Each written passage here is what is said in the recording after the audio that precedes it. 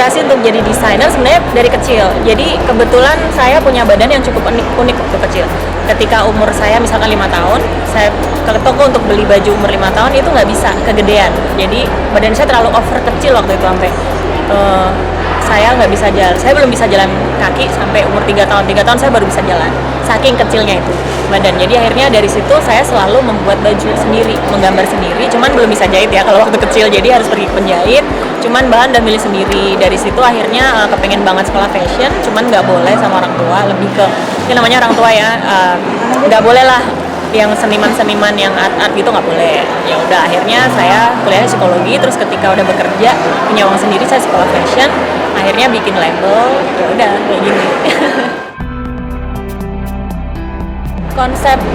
Kalau konsep awalnya modern Indonesia, kemudian kalau yang tadi diperagakan namanya urban transformanu itu adalah konsep day and night. Jadi misalkan pagi waktu itu tadi gampang sih, kayak pagi misalkan bajunya gini ditutup dulu, terus begitu malam dibuka saya balik di belakang sini bahannya tenun. Tapi kalau yang ini enggak sih. Tapi kalau yang tadi itu bolak-balik beda warna, bolak-balik beda bahan ada juga, dan bisa untuk pagi untuk bekerja, malam untuk pesta kayak gitu. Jadi makanya namanya urban transformanu. Kenapa urban?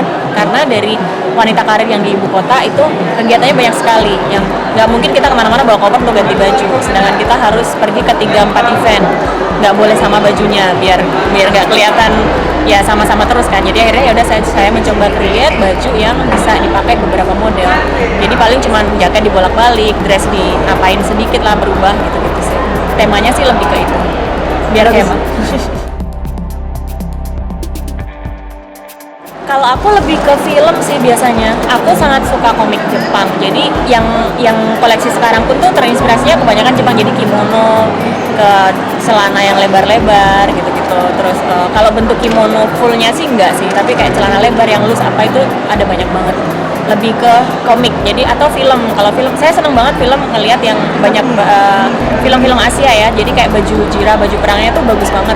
Termasuk ornamen-ornamen yang di situ. Jadi dari situ tuh bisa menginspirasi yang lain. Lebih kayak itu.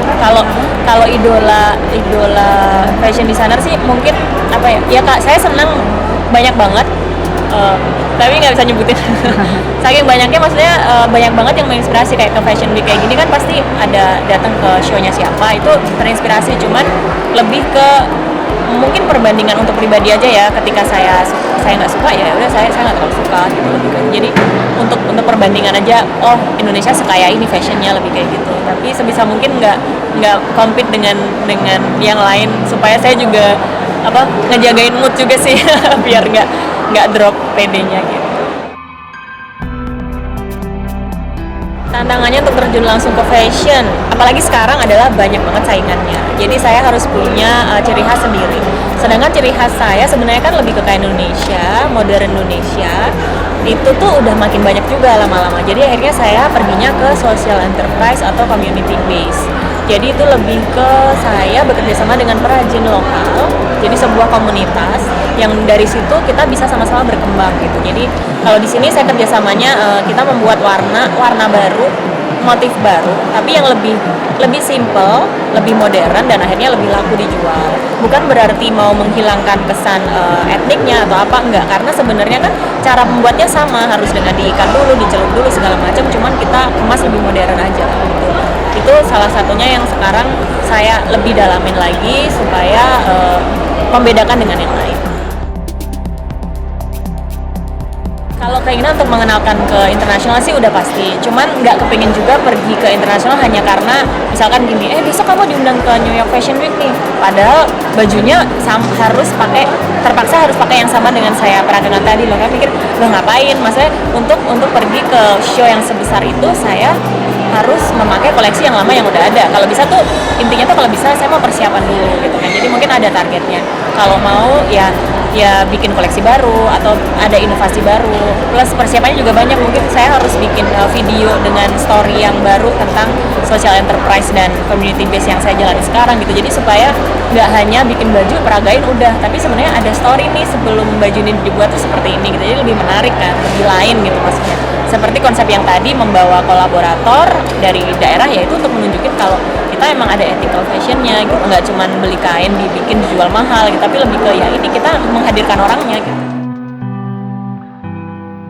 Fashion sekarang makin beragam.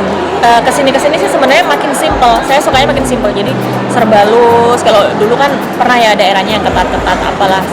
Dulu juga mengalami fase itu. Cuman sekarang lebih seneng halus karena lebih natural aja semuanya. Kalau lebih kaya, sangat lebih kaya karena kan ada masuk dari Korea, dari Jepang, dari Cina, dari Amerika. Yang hip hopan pun masih ada sampai sekarang. Saya pribadi senang dengan keanekaragaman itu karena berarti nggak monoton saya harus ketemu dengan orang yang gayanya sama dengan saya gitu. Tapi yang penting jadi diri sendiri aja sih kalau saya pribadi. Cuman overall untuk fashion makin maju, Indonesia makin maju, dan target untuk jadi tuan rumah di negeri sendiri tahun 2025 sih saya yakin akan bisa terjadi. Harapan untuk fashion Indonesia, pengen banget tuh bisa jadi tuan rumah di negeri sendiri karena kita nggak memungkiri ya, di Jakarta aja nih mall banyak banget gitu, terus brand dari luar banyak banget, apalagi sekarang pasar global makin banyak lagi dan harga sangat bersaing. Maksudnya Indonesia yang susah banget bikin segala macam kain itu tuh nggak berharga lagi tuh. Bukan mau bilang nggak berharga ya, lebih ke apa ya, orang lebih seneng beli produk industrial yang lebih murah tapi branded menurut mereka, jadi ya agak-agak susah gitu. Jadi pengennya sih jadi tuan rumah di negeri sendiri.